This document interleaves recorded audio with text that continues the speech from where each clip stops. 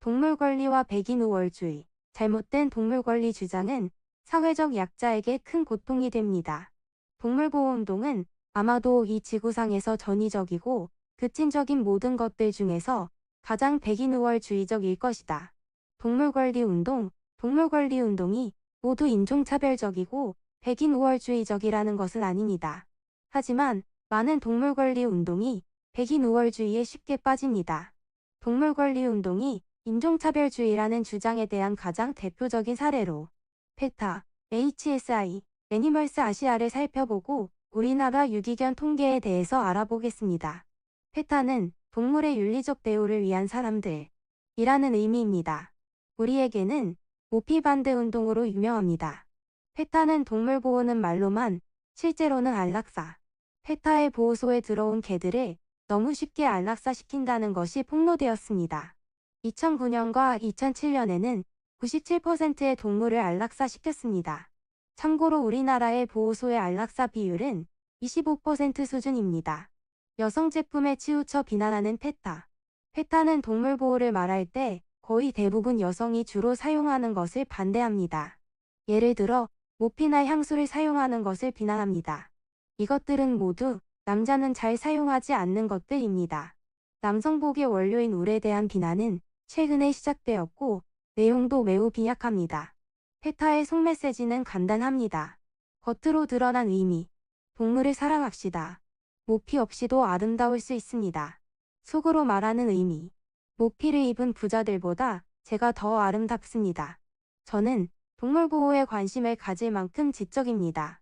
모피를 입은 여자들보다 제 몸매가 더 섹시합니다. 티티아는 위의 그림에서 성스러운 사랑을 오른쪽 여인으로 묘사했습니다. PETA의 아이디어는 티티한 그림에서 아이디어를 차용했을 것입니다. 하지만 PETA의 동물보호 캠페인이 욕을 먹는 이유는 아래처럼 생각하기 때문입니다. PETA의 동물보호 활동의 특징. 남녀차별적으로 여성에게만 공격적이다.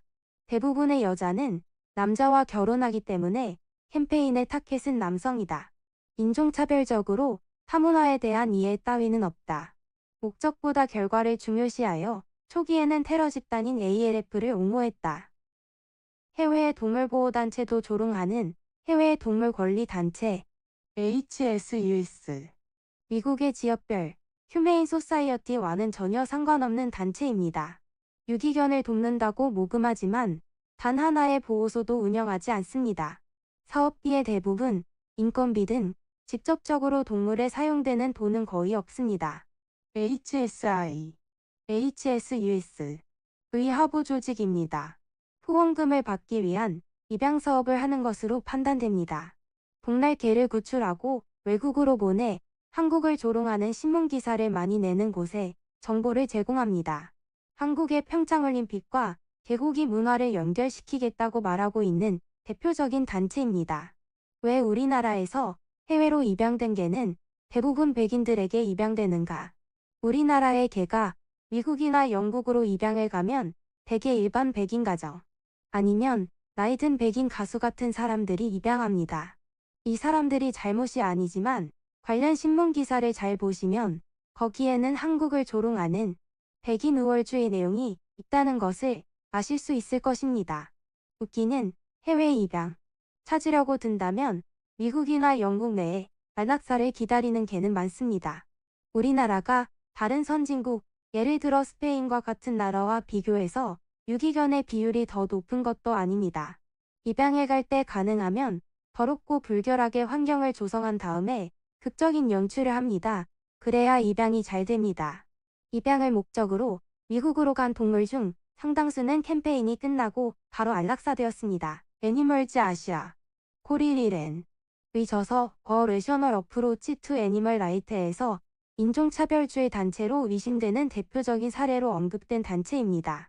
운영진의 상당수가 백인으로 알려졌습니다.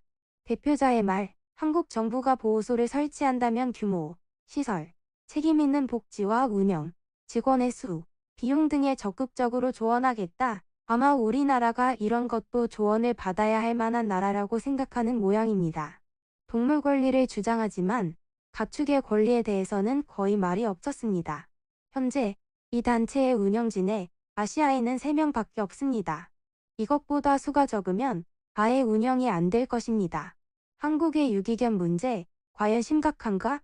많은 동물보호단체는 우리나라의 유기견 문제가 심각하고 우리나라는 동물보호 후진국이라고 합니다. 과연 그럴까요? 아니면 후원금을 노린 앵벌이일까요? 미국의 유기견 발생률 통계. 미국의 경우 1970년대 반려동물을 연간 1,500만 마리를 안락사시켰습니다. 미국의 안락사가 줄어든 것은 2011년에 260만 마리에 불과합니다.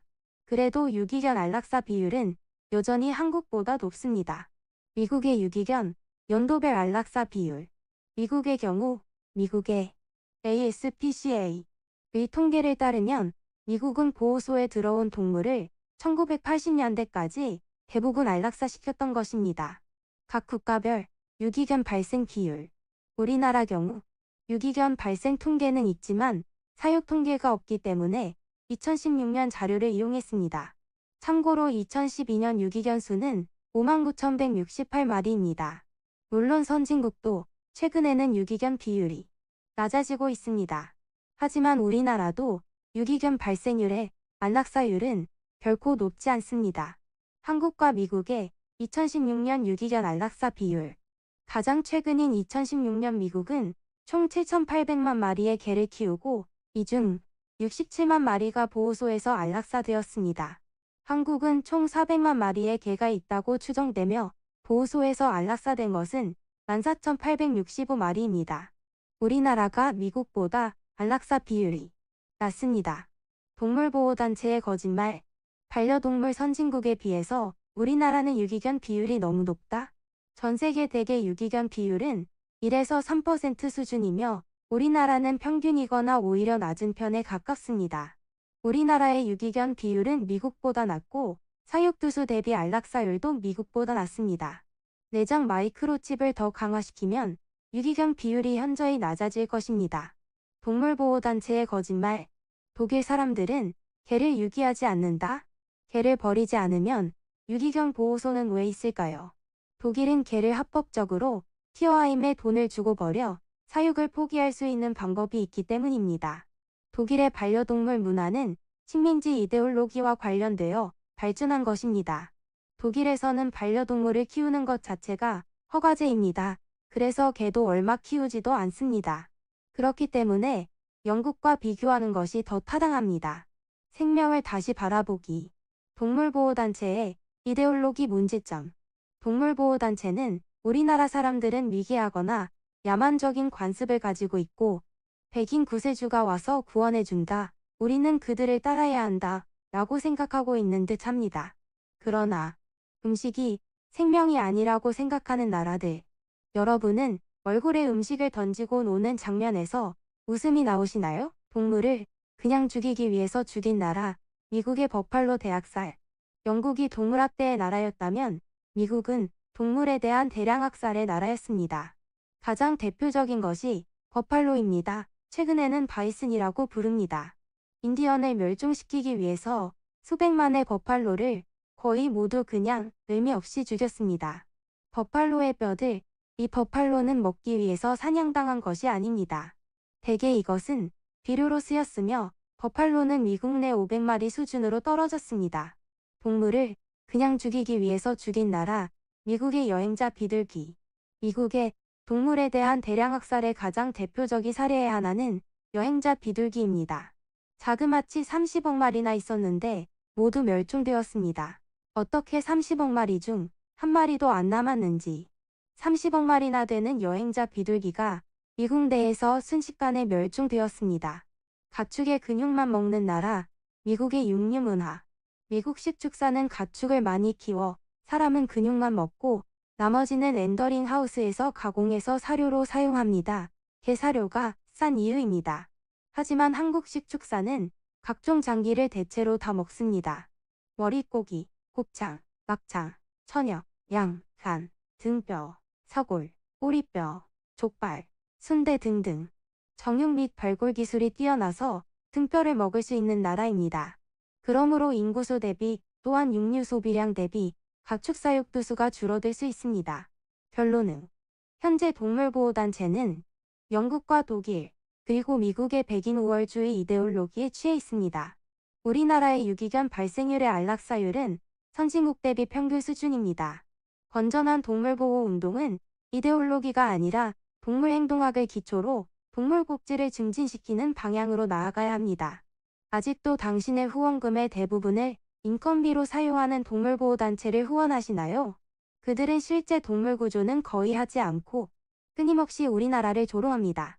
차라리 믿을만한 보호소에 후원하세요. 동물 복지 향상에 더 큰 도움이 될 것입니다. 무조건적인 후원은 동물들에게 큰 고통을 줄 수 있습니다. 후원에도 책임이 따른다는 것을 명심해야 합니다.